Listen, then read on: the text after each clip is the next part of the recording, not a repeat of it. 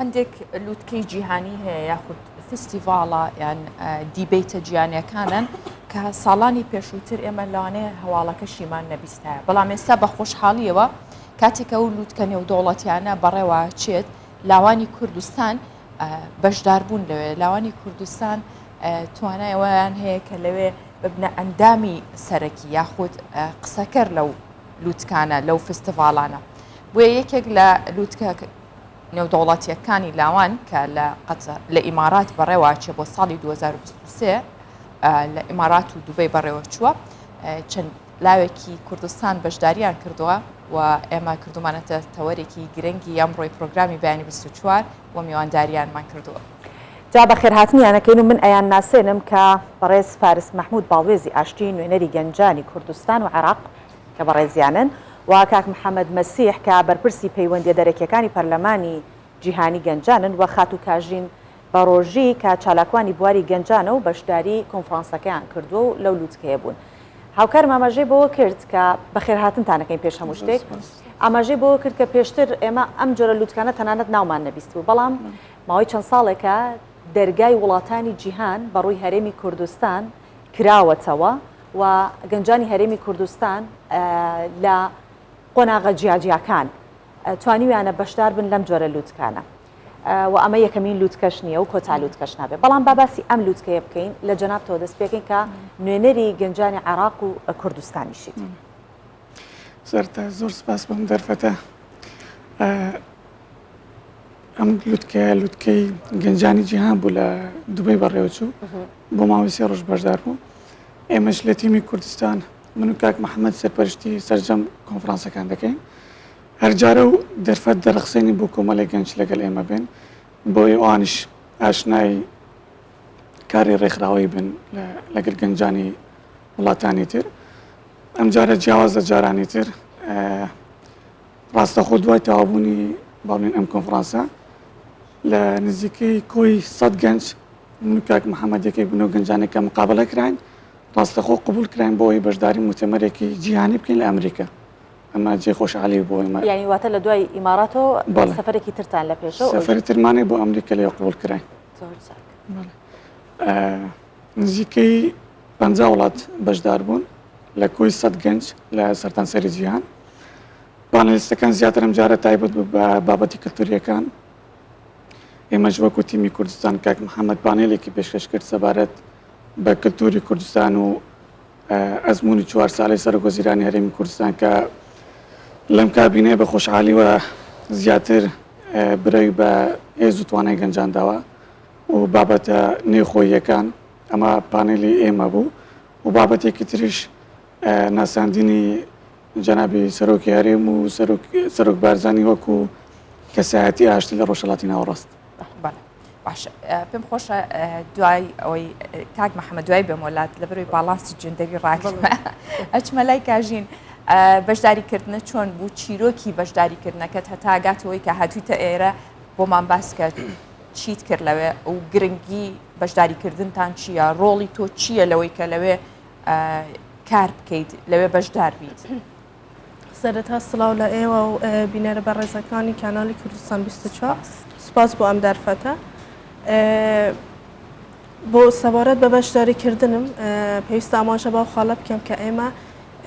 پێشتریش بەشداری چەندین چاڵکی جۆرا و جۆرمان بە شێوەی ئۆنلاین کردبوو کە ئەو ڕێکخراوە ڕێکی خستە بوو، بەڵام ئەم جارە بانگشت کراین کە بەشداری ئەم کۆنفرانسە بکەین کە لە وڵاتی ئیمارات لە شاری دوبەی بەڕێوە چوو. بۆ من وەک گەنجێک وەک کچە کوردێک کچە شەهیدێک کە لە ناو خەڵکی ناوچەی شۆڕژگیری بارزانم زۆر گرنگ بوو کە بتوانم بەشداری ئیڤێنتێکی وا نێودەوڵەتی بکەم و هەروەها ئاشنابوون و گۆڕینەوەی بیرروڕەجیاوازەکان لەگەڵ نوێنەر و بالیۆزە جیهانیەکان دەرفەتێکی گرنگ بوو بۆ من بۆ ئەوەی بتوانم لە ئایندەدا زیاتر بەشداری ئەو جۆرە کۆنفرانسانە بکەم و زیاتر بتوانم شارەزای کلتورە جیهانیەکان بم. زۆر چاکە. جێشانازیە کە هەر جارێکە گەنجانی هەرێمی کوردستان دەچنە هەر لووتکەیەک لە دوای ئەوە نییە بڵێن کۆتایی پێدێت لەوێەوە دەرفەتی دیکە دروستە بێ ئێستا کە کاک فارس ئاماژەی پێکرد بۆ ئەمریکاش دەچن. جەناب بچکاک محەممەد وەکو بەرپرسی پەیوەندیە دەرەکیەکانی پەرلەمانی گەنجانی جیهان ئەمێ بزانم ئەو پەیوەندیە ئەو پردی پەیوەندیتان چۆن دروست کردووە کە لووتکەیە هێشتا کۆتایی نەهاتووە یاخود لە ناو لووتکەکان لەوێەوە چاوپێکەوتن لەگەڵ ئێوە ئەکرێت دوابەدای ئەوە خێرایەوە یەکسەر لە لووتکەیەکی دیکە لە وڵاتێکی گەورەی جیهان دیسانەوە بەشدارە بن نهێنی ئەمە چیەکەنەوە؟ خۆی سەرتا دەمەوێت بەیانی ئێوە و بینەرانتان بەیانتان باش بکەم و هیوای ڕۆژێکی خۆش بۆ هەموو لایەک نهێنی ئەمای کە ئێمەوە پەیوەندیمان بەستووە لە گەڕێکخراوەکان وەک ئێوە سەرتا ئاماژەتان پێدان جاران لەوانەیە شتێکی سیر بووە گەنجانی کورد چوبانە دەرەوە بۆ کۆنفرانسیان کۆربەندیان حتا گوێ لە گەنجانی کورد بگیرایە بەڵام ئێمە کە بەتایبەت ئیشمان لەو بوارەیەوە دەرچووی بەشی پەیوەندیە نێودەوڵەتەکانین هەرزوو هەستمان کردووە کە ئێمە قوتابی ئەو بەشە بین ئەبێ پەیوەندی دروست بکەین چونکە خۆی بەشەکەەوە ئەخوازێت و پەیوەندی دروست بکە اینجا بەتایبەت کە ئێمە دەچین لەگەڵ ڕێکخراوە نێودەوڵەتیەکانیان تەنانەت لەگەڵ بەرپرسانی حکومی وڵاتانی دراوسش ئێمە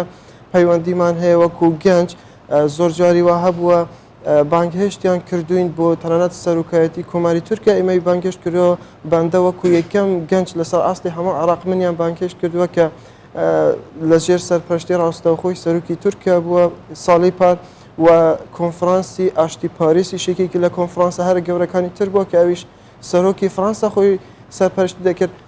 ئەمە من دەمەوێت شتێکی تریش ئیزافە بکەم کە زۆر گەنج هەن ئێستا لەوانەیە سەیری ئێمە بکەن دەیانەوێت بزان لەبارەی پەرلەمانی گەنجانەوە ئەم پەرلەمانە پلتفۆرمێکی گەنجانەیە نوێنەری لە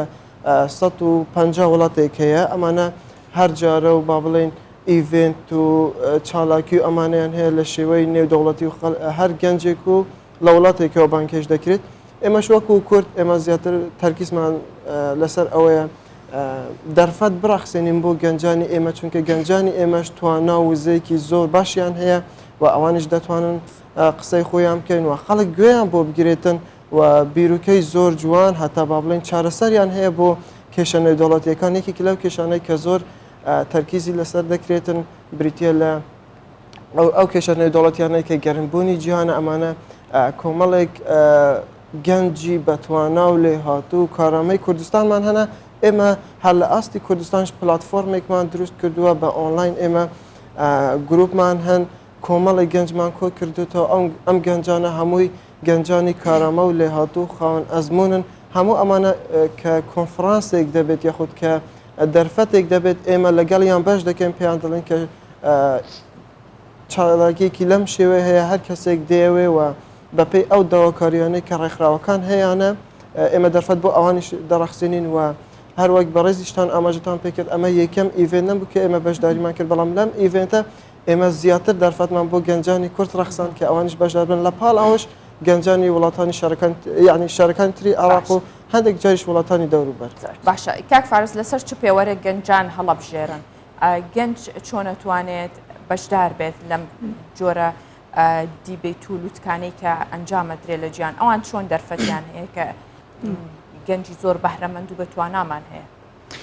سەرەتا لینکێک بەڵاو دەکرێتەوە لە ڕێگەی لینکەوە ئەتوانن ئەپلای بکەن ئەپلای لینکەکە بکەن بە پێ مەرجانی کە دیاری کرا بۆ نمونە بێگومان ئەبێ زمانی ئینگلیزی بزانێ زمانی عەرەبی بزانیشتان باشترە ئەمە بەلایەنی زمانەکەەوە دواتر ئەبێ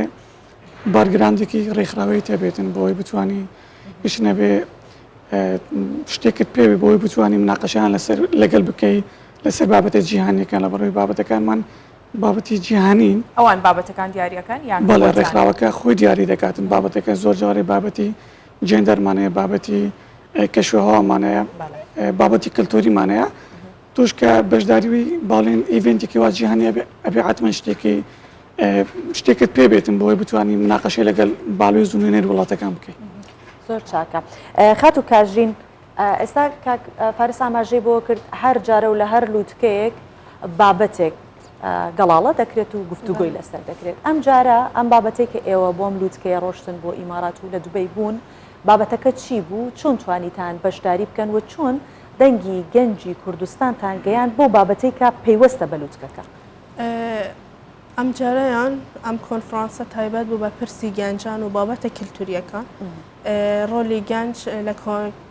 کۆمەلگە ئەوەی کە چەند گرینگە پێویستە لە هەموو بوارەکان گرنگی پێ بدرێت و هەروەها ئێمەش وەکو خەمخۆرێک وەکو هەر تاکێکی کورد هەوڵماندا کە بتوانین باسی کێشەی گەنجان لە وڵاتی خۆمان بکەین و ئەوەی کە چۆن پەرە بدەن بە بوارەکان چۆن گەنجەکانی ئێمە لەگەڵ گەنجەکانی وڵاتانی تر پەیوەندی دروست بکەن لە هەموو بوارەکاندا چونکە هەروەک دەزانین گەنج ئەو چینەیە کە لە داهاتوودا وڵات بەڕێوە دەبات و هەروەها ئێمە باسی ڕۆلی ئافرەتمان کرد ئافرەتی کورد کە لە هەموو شۆڕشەکانی کورد بە بەردەوامی بەشدار بەشان بەشانی پیاوان و هەروەها باسی ڕۆلی ئێستای ئافرەتی کوردیشمان کرد لە کۆمەلگای کوردەوەریدا. جلی کوردیتان لەبەر نەکرد چکە بابەتەکە بەڵێ ڕۆژێک ڕۆژی یەکەم کە ڕۆژی ناساندن بوو ڕۆژی یەکتر ناسین بوو هەر کەسێک بە جلوبەرگ و کللتور و شناسی تایبەتی خۆی بەشداری کرد. ئێمەش وەکو گەنجانی ئەڵاواڵا کردبێت بە جلی کوردی ئێمەش وەکو گەنجانی کورد بە جلوبەرگی کوردی بەشداریمان کرد. دەستا کاک محەممەد تا چەند گرنگە گەنج با بگەڕێنەوە سەرەتا کاری ڕخراوەی بکات کاری خۆبەخشی بکات بۆی وردە وردە لەم کارانەیەوە بێتە ناو ئەم جیهانەوە بێتە ناو ئەم بابەتانەوە ینی چەندێک گرنگە لێرە ڕێنمایکی بە گەنجانەی کە پێویستە کا پێشەوە یەکسەر بڵێ با دامەزرم با کارێکی خۆمم هەبێ پێویستە من کاری بکەم خۆبەخشی بکەم بەشداری ڕێکخراوێ بکەم جا دواترەوانە دەرفەتە بن بۆی خۆی لە کۆمەلگا ئێمە ڕخنەیەک ئەگیرێ کە ئێمەش هەر دەرچووی زانکۆین وە ڕخنە ئەگیرێ ئەڵێ ئێوە چالاکی بۆچی ئەەکەن و کەس گوێتان بۆ ناگیرێت و با بڵێن گرنگیتان پێ نادرێت بەڵام خۆی گرنگ نییە تۆ لە زانکۆ چی با بڵێن چەندێک لە زانکۆ ئەمیتەوە یان چ بەشێک تاو ئەەکەی گرنگ ئەوەیە تۆ دوای زانکۆ خۆ دروست بکەیت ئەجا زۆر لەوە گرنگتر ئەوەیە تۆ لە چالاکیە بەخۆبەخشی بەردەوام بی چونکە ئەو ئەزمونەی بەخۆبەخشی وەرەگریت جا هەر کەسێک لە مەجای خۆی لە بابەتی خۆی ئەمەی تۆ لە خۆبەخشی وەرئەگیرێت هەر لە دروستکردنی کەسایەتی خۆت هەر لە دروستکردنی پەیوەندیەکانت تەنان من ئێستا دەتوانم باسی خۆم بکەم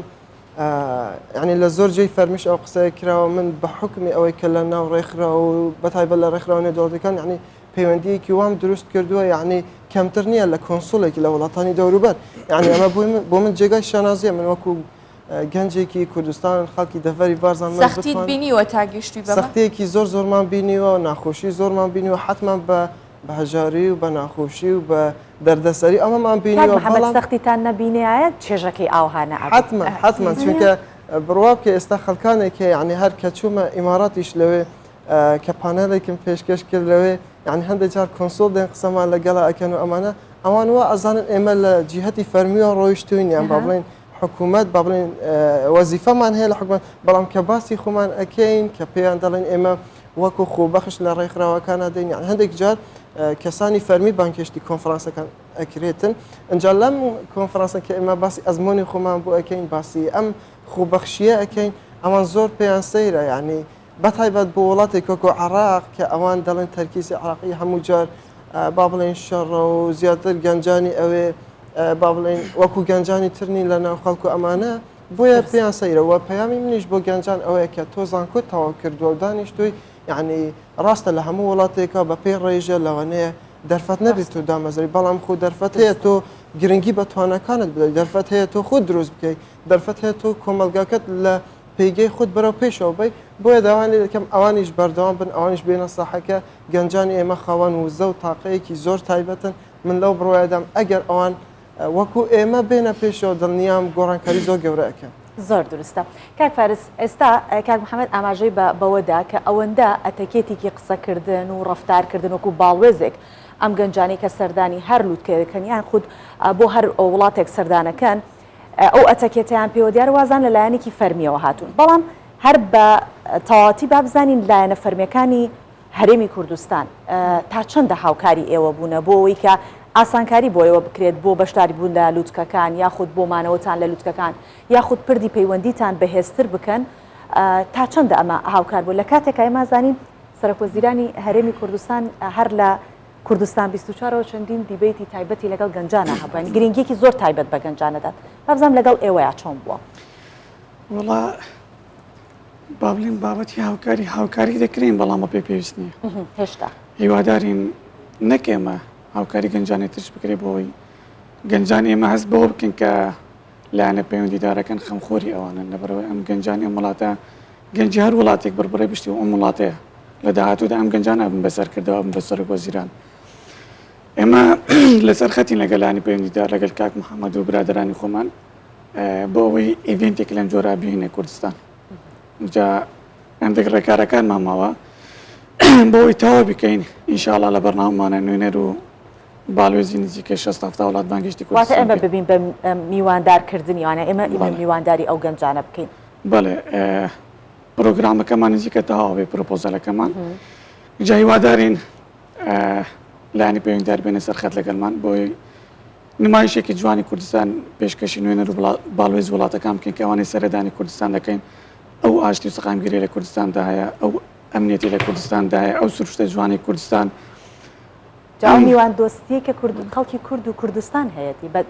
بە تایبەتی هەر باڵێزی وڵاتێک سەردانی کوردستانەکە و خواردنی کوردستانەکە و خەڵکی کوردستانە بینێت کە ئەڕواتەوە چاپێکوتنی لەگەڵ کەسە باسی میوان دۆستی خەڵکی کوردستانەکە لەسەر قسەی جەنابێت برادێکی ئوکرانیمان لەگەڵ کچێک بوو پێخۆش لەگەڵمان سەردانی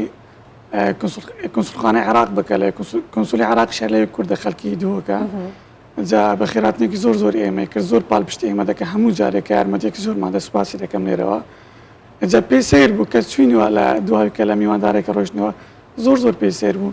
لەگە برادرانی ئێمە قسێکە گوت پێم خۆشە سەردانێکی کوردستان بکەم لەسەر قسەی جەنابەت کللتوری کوردی وایە زۆر میوان دۆستە زۆر ڕێز لە میوانەکان نەگرێ اینجا ئێمە پێمان باشە لەم ئیڤێنتێکا بینە کوردستان نمایشێکی جوان ئەم کولتورە جوانە بکەین بە ڕووی نوێنەر و باڵێزە وڵاتانی کە سەردانی کوردستان دەکەن لێرەشەوە داوا لە جەنابی سەرۆک وەزیران دەکەین و لە ستافەکەی پاڵپشتی ئێمە بکەین بۆەوەی ئەم کولتورە جوانە ئەم سروشتە جوانی کوردستان بکەینە نمایشێکی جوان لە ڕۆژهەڵاتی ناوەڕاست